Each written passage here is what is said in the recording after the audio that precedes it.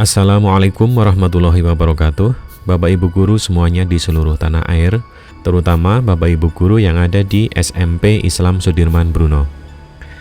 Pada video kali ini, saya ingin berbagi tentang pemahaman yang saya tangkap tentang topik Merdeka Belajar dari pelatihan mandiri yang saya ikuti melalui platform Merdeka Mengajar atau PMM. Sekaligus sebagai bentuk aksi nyata setelah mengikuti pelatihan tersebut. Semoga ini dapat menambah wawasan dan pengetahuan tentang Merdeka Belajar bagi siapapun yang menyimak video ini. Pada pelatihan pertama, terdapat 5 modul yang disajikan untuk kita pelajari dalam platform Merdeka Mengajar tersebut. Yang pertama adalah mengenali dan memahami diri sebagai pendidik. Modul 2 adalah mendidik dan mengajar. Modul 3, mendampingi murid dengan utuh dan menyeluruh. Modul 4 adalah mendidik dan melatih kecerdasan budi pekerti. Modul 5 adalah pendidikan yang mengantarkan keselamatan dan kebahagiaan. Setiap modul dipaparkan dalam penjelasan dalam video. Kemudian di akhir video terdapat latihan pemahaman dan ditutup dengan cerita reflektif yang harus kita tuliskan sebagai refleksi dari pemaparan yang telah diberikan. Berikutnya, mari kita akan bahas kelima modul tersebut satu persatu. Modul pertama adalah mengenali diri dan perannya sebagai pendidik. Di modul 1 ini ada 3 topik. Pertama, mengenali diri dan perannya sebagai pendidik. Apa peran saya sebagai guru? Dan ingin menjadi guru seperti apa saya? Mengenali diri dan perannya sebagai pendidik. Sebagai pendidik tentu sudah seharusnya mampu mengenali karakteristik dan kebutuhan murid. Akan tetapi, hal yang paling mendasar juga harus dimulai dari diri sendiri, yaitu mengenali kekuatan dan kelemahan diri. Selanjutnya, kita dapat menggunakan kekuatan tersebut serta meminimalkan kelemahan diri kita dalam mendidik dan mengajar siswa-siswa kita, baik di sekolah maupun di luar sekolah.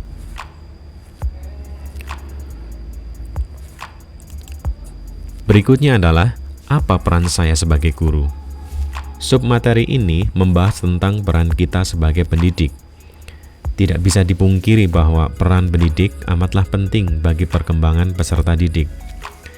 Sebagai pendidik, kita harus mengetahui peran penting kita dalam dunia pendidikan, khususnya pada pembelajaran yang kita lakukan.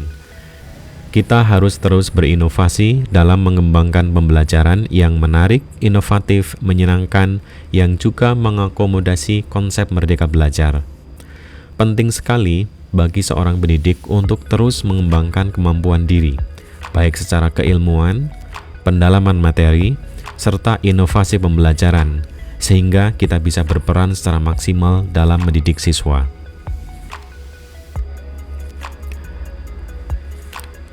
Submateri berikutnya adalah, ingin menjadi guru seperti apa saya? Terdapat istilah dari orang-orang terdahulu yaitu, guru kencing berdiri, murid kencing berlari, yang artinya seringkali siswa terinspirasi dari ibu bapak gurunya. Tentu sebagai pendidik, kita ingin memberikan pengaruh-pengaruh yang baik di masa depan siswa. Kita harus memproyeksikan diri menjadi guru seperti apa di masa depan, agar siswa bisa meneladani dari setiap sikap dan perilaku yang baik, serta pola pikir kita yang inovatif dan menginspirasi dengan harapan mereka bisa menerapkan dalam kehidupannya. Saat ini, inovasi pembelajaran amatlah penting dalam menciptakan suasana belajar yang menyenangkan dan nyaman, sehingga jika siswa nyaman belajar dengan kita akan lebih mudah dalam menanamkan karakter-karakter baik yang sesuai dengan profil pelajar Pancasila. Oleh karena itu, kita sebagai pendidik dituntut untuk selalu belajar dan berinovasi. Baik, berikutnya kita akan lihat modul 2, yaitu mendidik dan mengajar. Di modul 2 ini terdapat 3 materi, yaitu mendidik menyeluruh, pendidikan selama 1 abad, dan menjadi manusia secara utuh. Yang pertama adalah mendidik menyeluruh. Selama ini, kita yakin dan percaya bahwa sekolah dan pendidikan merupakan tempat bagi siswa untuk menyiapkan bekal dalam menghadapi masa depan. Pertanyaannya, apakah hal-hal yang kita lakukan setiap hari di ruang kelas bisa membantu murid menyiapkan masa depannya? Apakah praktek mengajar kita sudah cukup membantu siswa menyiapkan bekal itu? Sejauh mana kita bisa menginspirasi? Sejauh mana kita bisa membangun karakter mereka? Untuk jawabannya, kita dapat melihat kembali aktivitas kita selama mengajar di kelas, kemudian dievaluasi dan ditingkatkan kembali, atau mungkin dikembangkan lagi praktek-praktek baik dalam mengajar di kelas, hingga kita menemukan sebuah formula yang sesuai untuk digunakan dalam pembelajaran di kelas tersebut. Karena kita harus memahami bahwa setiap siswa itu unik, sehingga satu metode mungkin cocok bagi sebagian siswa, namun belum tentu cocok bagi siswa lainnya. Sehingga kita perlu melihat kondisi siswa kita dan menyesuaikan pembelajaran kita sesuai dengan kondisi siswa agar kebutuhan anak akan belajar benar-benar terpenuhi. Materi yang kedua adalah pendidikan selama 1 abad. Sejauh mana kita bergerak, kita belajar, kita berinovasi, kita mengembangkan diri dan pembelajaran untuk memenuhi kebutuhan belajar siswa, yang mana hakikat dari belajar adalah belajar tanpa henti. Sampai kapanpun kita akan terus belajar. Materi yang ketiga adalah menjadi manusia secara utuh. Manusia memiliki 2 kebutuhan dasar, yaitu kebutuhan lahir dan batin. Pendidikan seyogyanya dapat memenuhi kebutuhan tersebut.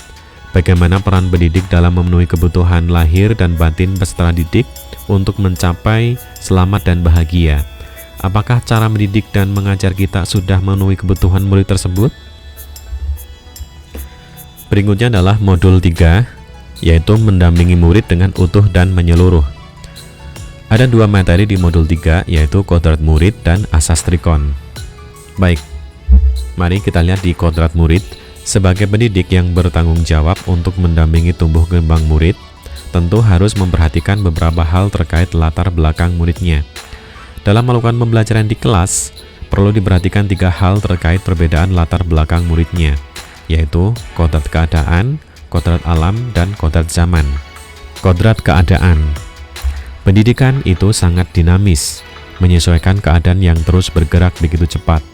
Sebagai guru, perlu mengantisipasi dan membaca arah perubahan tersebut. Lalu, bagaimana kita sebagai pendidik bisa mengemudikan laju pendidikan yang sesuai dengan kodrat keadaan itu? Apakah cara mengajar kita sudah sesuai dengan keadaan saat ini? Terus yang kedua adalah kodrat alam. Setiap murid dilahirkan dengan kodrat alam yang berbeda-beda. Ada yang tinggal di perkotaan, pedesaan, pantai, gunung, dan lain-lain. Sebagai pendidik harus memahami kodrat alam dari masing-masing murid dan bagaimana memberikan pengalaman-pengalaman belajar sesuai dengan kodrat alam yang dimiliki siswa. Kodrat zaman. Perubahan zaman merupakan suatu hal yang tidak bisa kita cegah. Zaman berubah, cara kita dalam mendidik dan mengajar pun harus berubah, menyesuaikan dengan situasi dan perkembangan zaman. Sebagai pendidik, kita dituntut untuk bisa mendidik dan mengajar siswa sesuai dengan perkembangan zaman. Materi yang kedua adalah asas trikon. Di antara beberapa asas pendidikan yang perlu diketahui oleh seorang pendidik antara lain asas trikon. Asas trikon dianggap sebagai jawaban yang tepat menuju pembelajaran yang berpihak kepada murid. Dengan trikon, kontinu, konvergen, dan konsentris, guru dapat merancang pembelajaran yang berkelanjutan, terbuka, dan berdasarkan kebudayaan bangsa. Seorang pendidik harus memahami asas trikon dan prakteknya dalam pembelajaran. Asas trikon yang pertama adalah kontinuitas. Maksudnya, tidak melupakan akar nilai budaya. Dalam pembelajaran selalu diselipkan nilai-nilai budaya positif yang ada dalam masyarakat. Asas trikon yang kedua adalah konvergensi. Maksudnya, pendidikan harus memanusiakan manusia. Dalam pembelajaran, guru harus menghargai dan memberikan apresiasi kepada peserta didik, sekecil apapun prestasi yang ditunjukkan. Asas trikon yang ketiga adalah konsentris. Maksudnya, pendidikan itu harus menghargai keberagaman dan memerdekakan siswa. Ini harus kita terapkan dalam pembelajaran. Dalam pembelajaran, guru harus menghargai keberagaman peserta didik. Keberagaman menyangkut latar belakang keluarga, ekonomi, termasuk keterbatasan fisik. Hal ini menyangkut gaya belajar anak yang harus kita ketahui dan bagaimana cara menerapkannya dalam pembelajaran. Baik, berikutnya kita akan lihat modul 4, yaitu mendidik dan melatih kecerdasan budi pekerti. Kita lihat yang pertama, yaitu budi pekerti. Setiap peserta didik memiliki kecerdasan berpikir masing-masing. Kecerdasan berpikir peserta didik harus dapat mengembangkan budi pekerti atau watak murid yang tidak hanya dibentuk di sekolah, tetapi dalam keluarga dan lingkungannya. Sebagai pendidik harus memahami bagaimana watak atau budi pekerti yang diasah dan dilatihkan ke murid. Materi yang kedua di modul 4 adalah teori konvergensi dan pengaruh pendidikan. Teori ini berpendapat bahwa hal yang dominan dalam pendidikan adalah faktor bawaan atau hereditas. Dalam hal ini, setiap anak membawa potensi yang diperoleh secara genetis dari pendahulunya, termasuk ayah dan ibunya. Fungsi pendidikan adalah mengembangkan potensi bawaan anak yang positif dan menyamarkan potensi bawaan anak yang negatif. Baik, berikutnya akan kita lihat modul yang kelima atau modul terakhir, yaitu pendidikan yang mengantarkan keselamatan dan kebahagiaan. Kita lihat yang pertama, yaitu mengantarkan murid selamat dan bahagia. Ada beberapa pembahasan di materi yang pertama ini, yaitu selamat dan bahagia, sistem Among, dan Merdeka Belajar Abad 21. Selamat dan bahagia, pendidikan seharusnya dapat mengantarkan peserta didik untuk keselamatan dan kebahagiaan hidupnya. Pendidik tidak hanya mengajarkan materi pelajaran, tetapi mendorong murid untuk menemukan pemahaman bermakna yang relevan dengan kehidupannya. Sistem Among. Sistem Among yang diciptakan Ki Hajar Dewantara, yaitu Ing Ngarsa Sung Tulodo, Ing Madya Mangun Karso, dan Tutwuri Handayani. Ing Ngarsa Sung Tulodo berarti sebagai pendidik harus bisa menjadi teladan yang baik terkait sikap dan budi pekertinya sehari-hari terhadap peserta didik. Ing Madya Mangun Karso berarti sebagai pendidik harus bisa membangun semangat kepada peserta didik untuk giat belajar dan berbuat kebaikan. Tutwuri Handayani berarti sebagai pendidik harus bisa memberikan dorongan kepada peserta didik untuk belajar hal-hal yang bermanfaat. Berikutnya adalah kita akan lihat di bagian Merdeka Belajar Abad 21. Kompetensi yang diterapkan di Abad 21 menjadi kompetensi yang perlu dimiliki murid untuk menghadapi tantangan-tantangan ke depan. Untuk mencapai itu, pendidikan yang memerdekakan peserta didik menjadi salah satu cara. Murid merdeka dalam belajar, menggali keinginannya dengan bimbingan guru. Pendidik harus memahami bagaimana murid merdeka belajar untuk mencapai kompetensi Abad 21.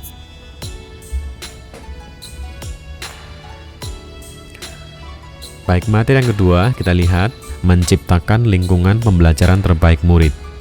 Untuk menciptakan lingkungan pembelajaran yang baik, kita harus bisa memahami bagaimana cara membimbing murid, bagaimana peran keluarga, sekolah, dan masyarakat. Mari kita bahas lagi. Yang pertama adalah membimbing murid memperbaiki bangsa.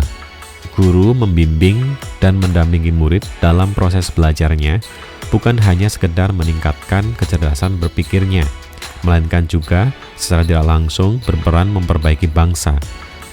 Pendidik harus memahami bagaimana perannya dalam memperbaiki bangsanya. Peran keluarga, sekolah, dan masyarakat. Kita sepakat bahwa pendidikan bukan hanya tanggung jawab guru di sekolah. Perlu adanya kerjasama dan kolaborasi antara keluarga, sekolah, dan masyarakat untuk mewujudkan lingkungan pembelajaran yang optimal dan kondusif bagi peserta didik. Demikian pemaparan materi Merdeka Belajar yang saya peroleh dan saya pahami dari hasil pelatihan mandiri melalui platform Merdeka Mengajar. Pemaparan ini merupakan aksi nyata saya yang saya lakukan untuk menyebarkan pemahaman hasil dari pelatihan mandiri di platform Merdeka Mengajar. Mohon Bapak Ibu berkenan mengisi formulir dengan klik link yang ada di kolom deskripsi video YouTube ini sebagai umpan balik dalam kegiatan aksi nyata menyebarkan pemahaman tentang Merdeka Belajar yang telah saya sampaikan melalui video YouTube ini. Terima kasih sudah menyimak. Sampai jumpa di lain kesempatan. Assalamualaikum warahmatullahi wabarakatuh.